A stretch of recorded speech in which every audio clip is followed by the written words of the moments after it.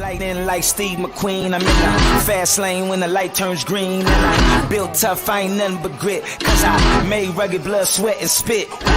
Yeah, like a horse I fly. Better push yourself in for a bumpy ride. I like to play hard, but I work harder. And I weather the storm cause I'm built stronger.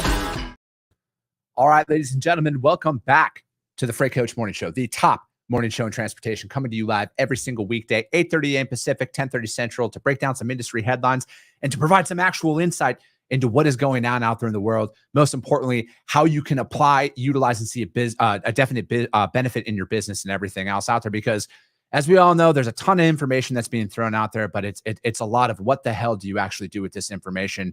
And frankly, we never want to sell our soul and go out of business or anything else. We're all about keeping people in business. We're all about helping people stay in business. And it's why I have the American flag behind me every single day, so we can help everybody live out that American dream. As always, you guys, I got to give a shout out to my friends over at VHub, vhubapp.com. You guys hit them up. Asset utilization is needed by everybody, whether you're a shipper, carrier, or broker, or we need access to trailers. Frankly, if you're a small trucking company, you should never have to shut your operation down because your trailer's in the shop. Now with VHub, you have a seamless option to get out there and use one of their trailers. And then the best part about this, you guys, you get paid to do this. So right now with what they have going, they have these the brand new 2023 drive-ins available in Paragould, Arkansas, going up to Orting, Washington, which is just outside of Tacoma. And you get paid $15.50 to do that. They also have them over in Glade Spring, Virginia, going over to Orting. And again, $15.50 to do that. And that's on top of the revenue that you put with the freight in the back of that trailer as well. So this can turn out to be an extremely profitable way. And most importantly, this helps you offset some of those high fuel costs and repair costs and everything else that is out there right now. And then to kind of round it all out, we also have them down in West Palm Beach, Florida, going up to Milton, Ontario, $1,500 to move that. They have one going from West Palm up to Messina, New York, $1,500 to do that as well. And then finally over into, I cannot pronounce that word properly, but it's just outside of Montreal, Coteau Saint-Luc. I'll go with that. And it's $1,500 to do that as well. So again, you guys hit them up, vhubapp.com. vhubapp.com. My friend Stacy Steen, she was on yesterday, and my man Xavier Campos, they'll be in the comments and everything as well. Hit them up direct. I got a very special guest for you guys today. I'm going to bring her up in just 1 second. We got the shout out. Zach Williams. Good morning, sir. I owe you some stuff and I'll be sending it to you here later on today. My man, he's with SPI Logistics. You guys, if you're looking to take control of your future in freight and take on your own business, we want to become an independent freight agent, hit them up, spi3pl.com. Bill McIntyre, happy hump day. Let's fucking go. You are right. Jesse Griffin, shout out. What's going on? RIP Tacoma, our interstate distribution company. Do they go out of, they go out of business? Dang, man. Stace, what's going on? Happy Wednesday. Whitney Fowler, good morning. Great to see you back here today. All right, I'm bringing my special guest on. As you can see, I'm not in the signature orange today, and that's because they hooked me up, Triumph Pay, with this phenomenal Travis Matthews polo. I gotta say, it's my favorite brand out there, you guys, and it takes a lot. So I have my friend Haley Evans joining me on here today. Haley, we are live and ready to rock. What's going on, Haley? Awesome. Good morning. It's great to see you. And I just have to say, I thought your French accent was wonderful. I thought you did a great job pronouncing. Wonderfully awful is what I thought it was great.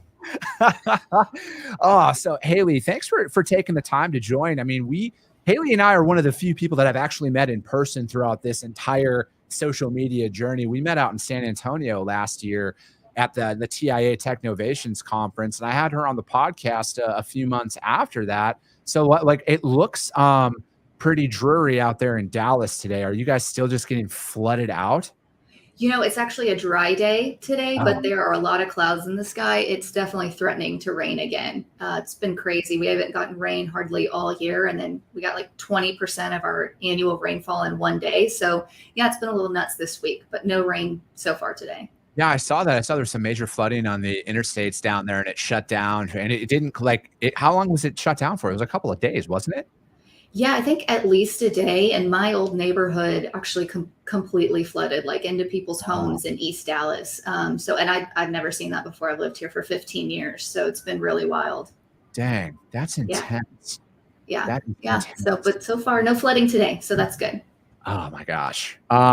So we have this thing called the Freight Coach Tally. It's completely only has to do with my show. It's the 98th show that we've actually done now. So we're at day 98 of that, but it's bringing awareness to the fact that there's a truck parking issue as well as a facilities issue in this industry where our drivers aren't like given access to basic amenities out there on the road, like using a bathroom and stuff. And I bring this up every single day because, again, like my whole philosophy with it's not about my vanity metrics. It's about how do we improve the industry? How do we treat the core issues of this to bring more and more talent in here to move this industry forward? So, because again, it's like you see this, it's sometimes it's easy to talk about stuff when it's hot in the news, but then it just goes away. And I feel like we got to continue to bang that drum until there's actual change out there. Yeah, I honestly did not know that was still going on. I will talk with so at Triumph Pay and at Triumph as a whole, we have a huge philanthropy arm that a lot of people are not aware of. Yeah. So during COVID, we connected with Ingrid Brown, if you're familiar with her, because we were all working from home, right? Like we were all working in our comfortable offices, our home offices, or from our bedrooms or whatever. But the truckers were still out there. The truck drivers were still out there getting goods where they needed to go. So actually partnered with her to provide them with hand sanitizer, mask, like snacks, like what can we do to help people who are still working? So I was not aware that they did not have access to facilities. So I'll connect with someone over here. I think it's great that you're always bringing it up and see if that's something that, we could make a difference in. No, definitely. And it is, it's like, I see both sides. Like I understand why places don't do it if it's been destroyed or something like that by, but at the end of the day, like they need to be able to drop their trailer and leave if that's going to be the case. Because I mean, not one of us sit somewhere for 6 or 7 hours and not be able to use the restroom or not have access to any of that stuff. So again, it's just about bringing awareness to this because I just don't see how it's going to ever change if people don't continuously talk about it. And that's what it's all about to me. Yeah, absolutely. That's terrible. I wasn't aware that was still going on. Thanks for bringing that up. Absolutely. And then also here's your daily reminder of the slap in the face that diesel is still at $4.90 a gallon. That's out there right now. Again, it's up $1.60 year over year. And again, it's great to see it going down, you guys, but I'm not going to sit up here and celebrate the fact that it's dropped drastically after a massive rise. You can't really call that progress, in my opinion. And that's something that, again, it just sickens me that there's people out there celebrating that. It's just like, in the freight market, Haley, when you see it, like after it was a historic rise in rates and then the rates started to drop, then all of a sudden it's like the sky is falling out. And it's like, it's normalizing. Like this now what we're finding ourselves in my opinion, is a normal freight market or is, but it's still at elevated levels. Like there's still record volumes of freight that are moving and everything out there. Yeah, absolutely. I mean, that's something that we saw over the last year. It was crazy. I mean, our brokers were going like 50%, 70% year over year with the volume they were moving just because there was so much in the marketplace. And we are starting to see that kind of normalize and come down a little bit through our data because we process, 25 billion annually in freight payments for 500 plus brokers. So we can see, how things are moving throughout the country and the volumes that are moving. So yeah. That's so before Sunny Sharma, good. What's going on, brother? Alexandra, good morning. Listening from Chicago. Gabriel Rogers is out there in Dallas as well. So what would Triumph Pay? You guys, obviously the rebrand. I love the new logo that you guys put out there. It looks slick.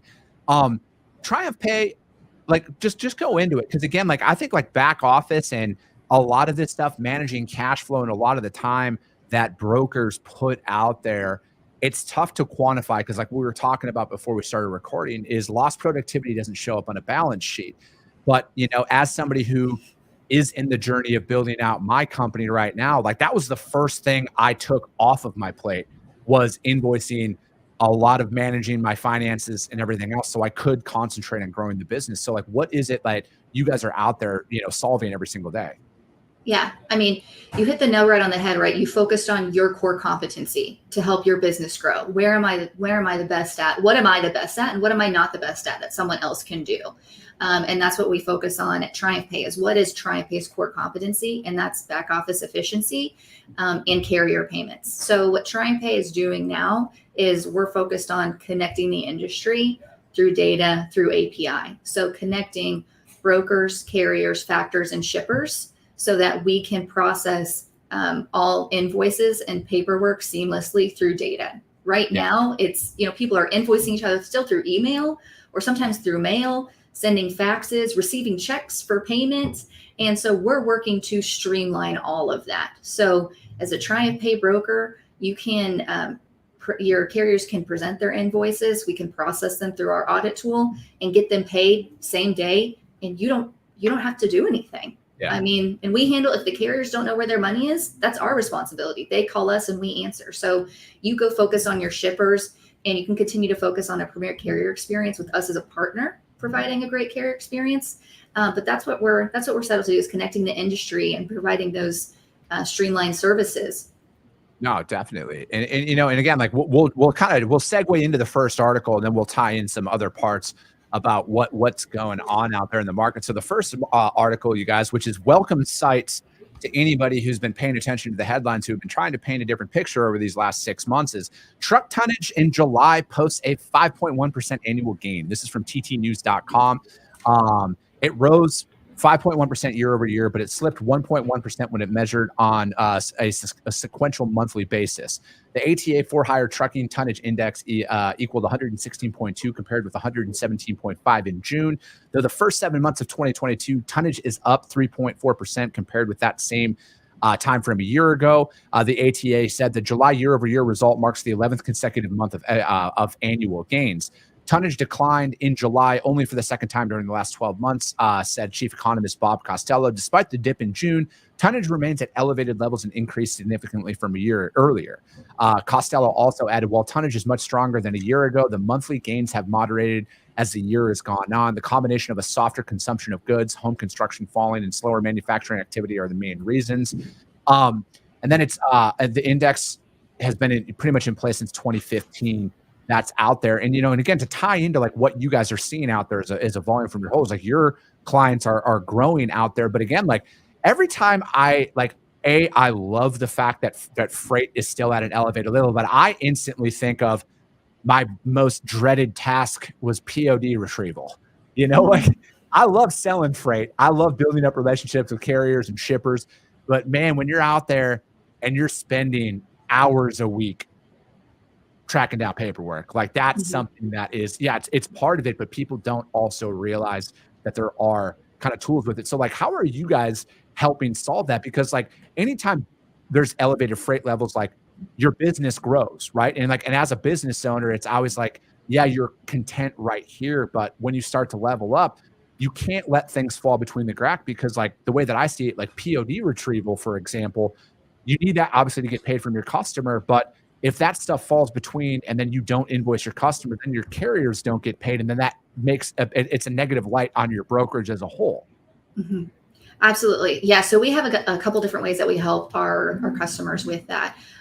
We see a couple of different behaviors between like an LTL carrier and a truckload carrier, right? Like a truckload carrier, they'll send their invoices into you because they want to get paid as quickly as possible. Yeah. But the LTL carriers, you may receive that information via EDI, but like you said, you need to go out and actually grab those documents, grab those PODs. And that involves going to the carrier website, logging in, downloading the documents, saving them to your TMS. And we actually have a tool that goes out and grabs those documents for you and pulls them into your TMS automatically. So where people are spending hours and hours trying to go and get this information to bill their customer, one of our tools does that for you, and it pulls directly into your TMS.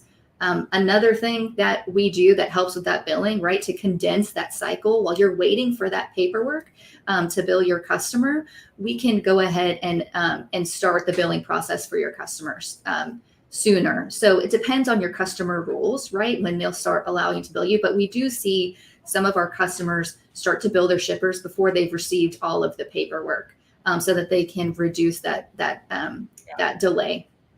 No, definitely. And again, like these are the things that, when I see a lot of this information out here, it's, trucks hauled 10.23 billion tons of freight in 2020. Motor carriers collected 732.3 billion, or 80.4% of total revenue earned by all transport modes out there. And again, it's like a lot of brokerages have seen some record growth And what comes with that is it's always good to grow, but it's also, it's a catch-22, because you need to have your processes in place to capture that business. And, it's like, if I would all but guarantee if we polled a room full of shippers what their biggest pain point is with some providers, it's going to be paperwork. It's going to be the billing process. Cause it's like, to me, that's one thing that I want, and I advise all my clients about this as well, is we need to have those conversations on the front end. How do you want to get billed? Because like, as we continue to gain market share from our customers, it's those little things that keeps us continuing to expand out there with them. So it's like, yes, I love seeing freight volumes up. I love seeing all that stuff up. It's phenomenal, but we also need to be prepared for that growth. And it's always good to get ahead of it as opposed to waiting until you get the growth to invest in that stuff. Yeah, absolutely. I mean, I think it goes both ways, right? Like if you're not using technology for whatever it is, if it's carrier payments, or if it's the correct TMS for the stage of growth that you're in, if you don't have that good foundation, you're going to have, as you grow, your costs are going to continue to rise with you rather than being able to scale efficiently and grow your margins. I mean, we see that as a technology company. That's something that we struggle with, is like, as we grow and we add more customers, how can we make sure that we're using the correct technology tools to make sure that we're serving our customers well and that we're able to scale to provide that great service. So yes, I mean, that number 732 billion is just, that's crazy when I read that. So much opportunity out there, you guys. Again, like that's why I have a very hard time looking at a singular number for like a national average on rates and everything else, because it's not a one size fits all industry at all. And there is still a lot of freight out there moving, you guys. Yes, some of it is not as profitable as it once was, but that doesn't mean it's not going to switch back. And, speaking of that, so again, that was from ttnews.com, you guys. July truck tonnage post 5.1% annual gain. And this is going to segue into the next article, which was from Supply Chain Dive. And this was published a couple of days ago. It's how shippers should prepare for 2022 peak season. And, and that's the thing, you guys, is as we all know, we're in that lull right now in the market, but shit's about to get real. You guys, it's about to get really real here coming post Labor Day weekend. And this is what we need to be prepared for, is again, and to kind of tie in, like with when you take the previous article about the truck tonnage being up, it's going to continue to be up, but how do you prepare for this? And when you take this, so they pulled 5 different shippers overall, you guys. And as the peak 2022 season approaches, some of the challenges stakeholders faced with the previous 2 years have eased, while some remain front and center. The pandemic-induced home delivery spike is fizzling out, and carrier labor challenges are abating. At the same time, shipping costs remain elevated, and companies like FedEx and UPS are laser focused on prioritizing the most profitable shipments. So my takeaway from this, you guys, and if you guys have paid attention to the news over the past couple of years, some of these large providers cut lower volume customers out during peak season. So they're left with who's going to be there. That's why we got to keep our pipeline full. Like, I found so much encouragement in this article for anybody out there who's building their book of business, because that's one thing that's not talked about, you guys. When peak season happens, a lot of people gravitate towards their bigger customers, the ones who are paying them the most money. And I'm not knocking that hustle, but what I'm also saying here is there is a massive opportunity that is going to present itself to you during peak season. A lot of those small to mid-sized shippers out there are going to be left behind, because you know what? They might be out of route. They might not have drop trailer capacity in that, but if you need drop trailers, go to VHub, you know that. But anyways, to me, you guys, there's a massive opportunity out there. And when they're talking about that, when e-commerce grow, and so this is an excerpt from Dean Masiuba. I'm probably botching his name there, but he is a managing partner at Crossroad Parcel Consultings. And he goes on to say, slower e-commerce growth means UPS and FedEx should have the necessary capacity in place to process and deliver packages without realizing huge backlogs. However, temporary hiring to support holiday volume increases will continue to be a challenge for the integrated carriers. Although USPS seems to manage temporary hiring better than UPS and FedEx during peak season, predicting performance on the regional carriers is a bit of a challenge during this peak season. So what are you guys doing from your standpoint right now? Like if I was signed up with Triumph Pay, how am I, and I come to you and say, hey, we have some anticipated volume coming. We've been, because like, again, rebids and everything else are kind of starting to ramp up here. I'm coming to you and I'm saying, I've been awarded 1,000 extra shipments for Q4. How are we going to work together to handle that?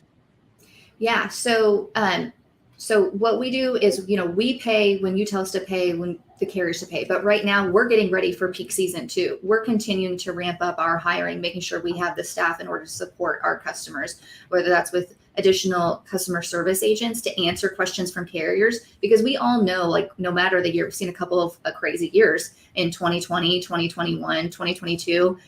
It's kind of funny seeing 2022 is going to be a normal year. I'm like, I mean, what is normal? What is normal now, right? So, so we're continuing to staff up to make sure that we can answer those questions from carriers, because when peak season comes and carriers are out there crazy, again, cash flow is a huge deal. They need to be sure that they're going to get paid on time so they can continue to run your freight. So just making sure that we're in lockstep with our brokers and that they have the information they need to provide that great carrier experience so that they can have that capacity to take on those additional customers like you're talking about.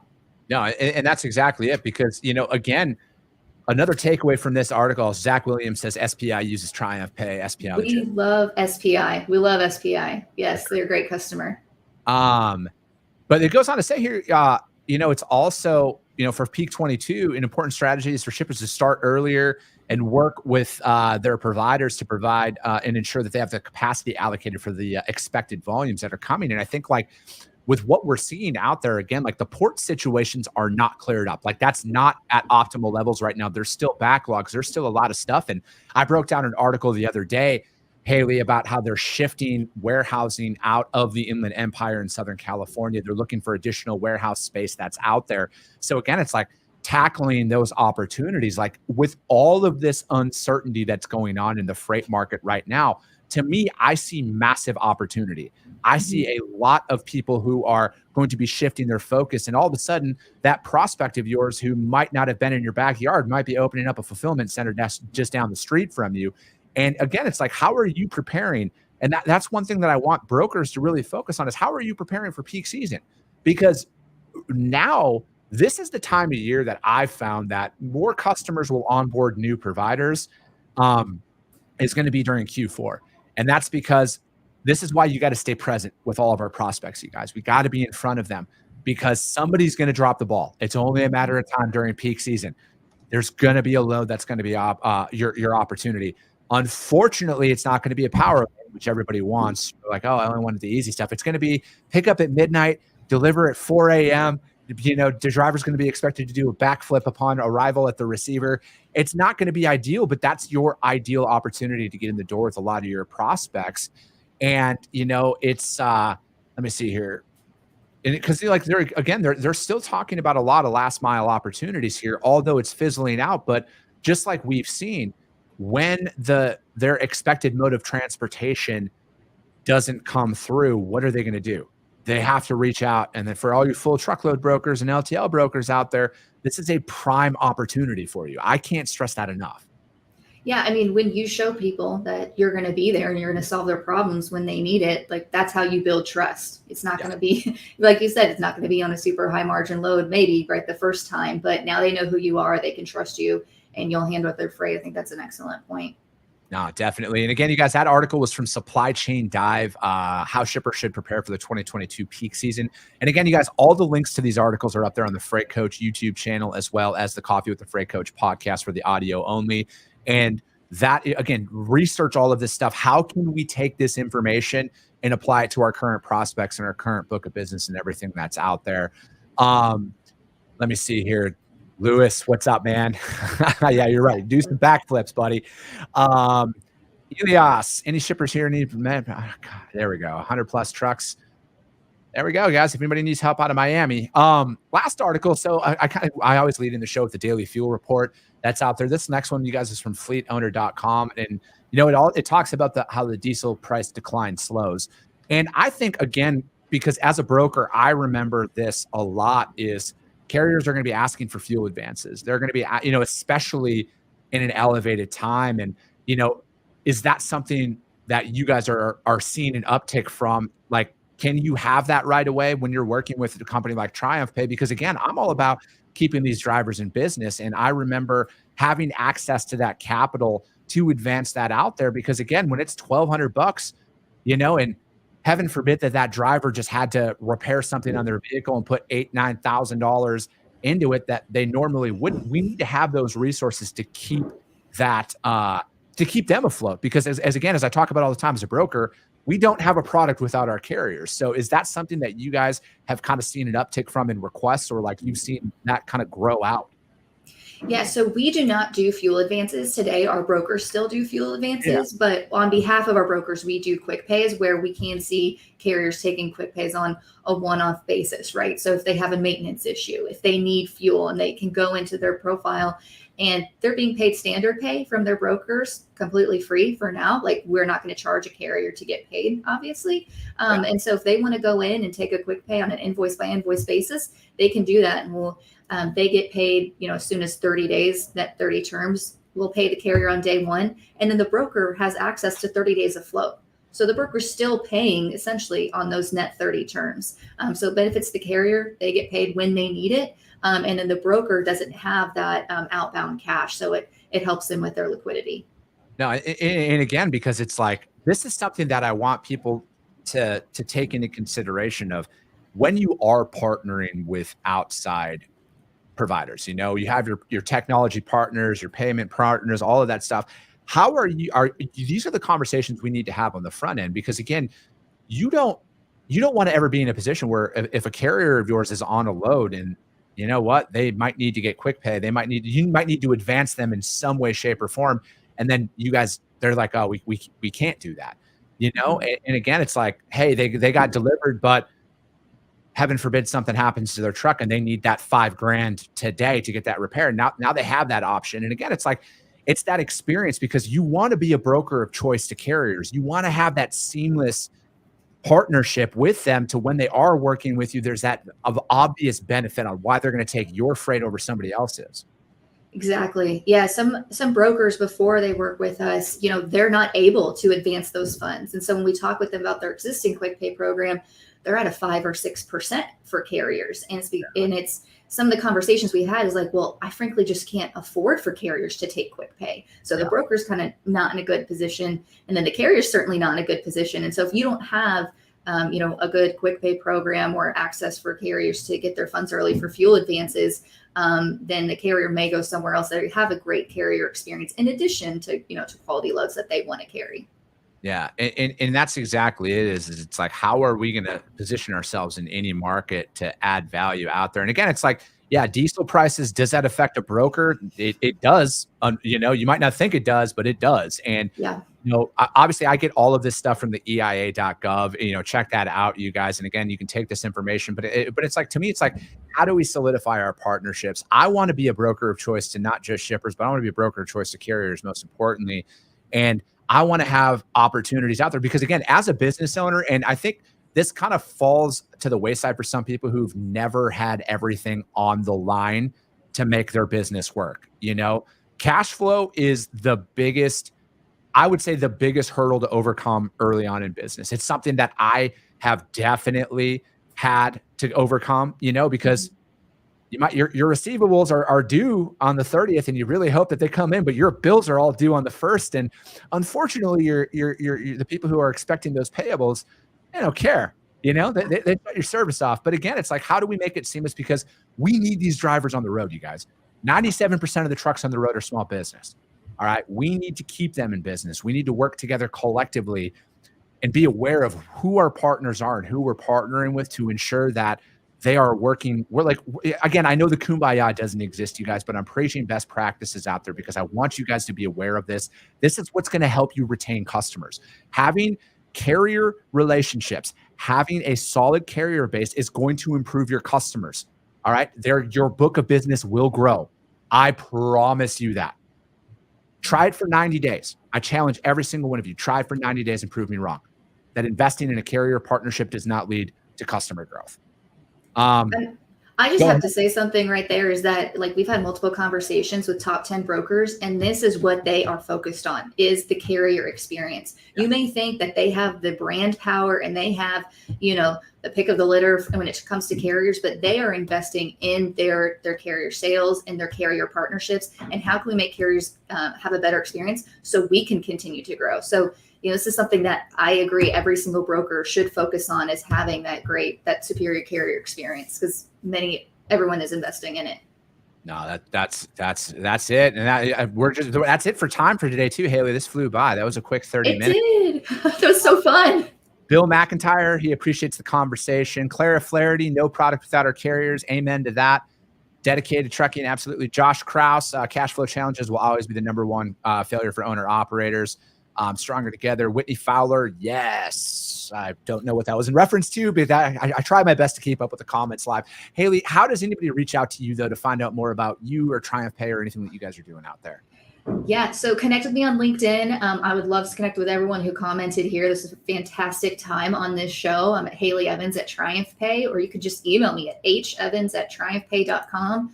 Would love to have you as a part of our community here at Triumph Pay and see how we can help you heading into peak season. I love it. Well, that's it for today, you guys. The Freight Coach Morning Show. We'll be back tomorrow, 8:30 a.m. Pacific, 10:30 Central, to break down 3 into 3 headlines. I just got one small favor. If you guys see value in this, share the show. That's how this is all going to continue to grow, you guys, is through each and every one of you sharing the show, because if you see value in it, your network's going to see value in it as well. I appreciate you guys all so much, and we'll be talking to you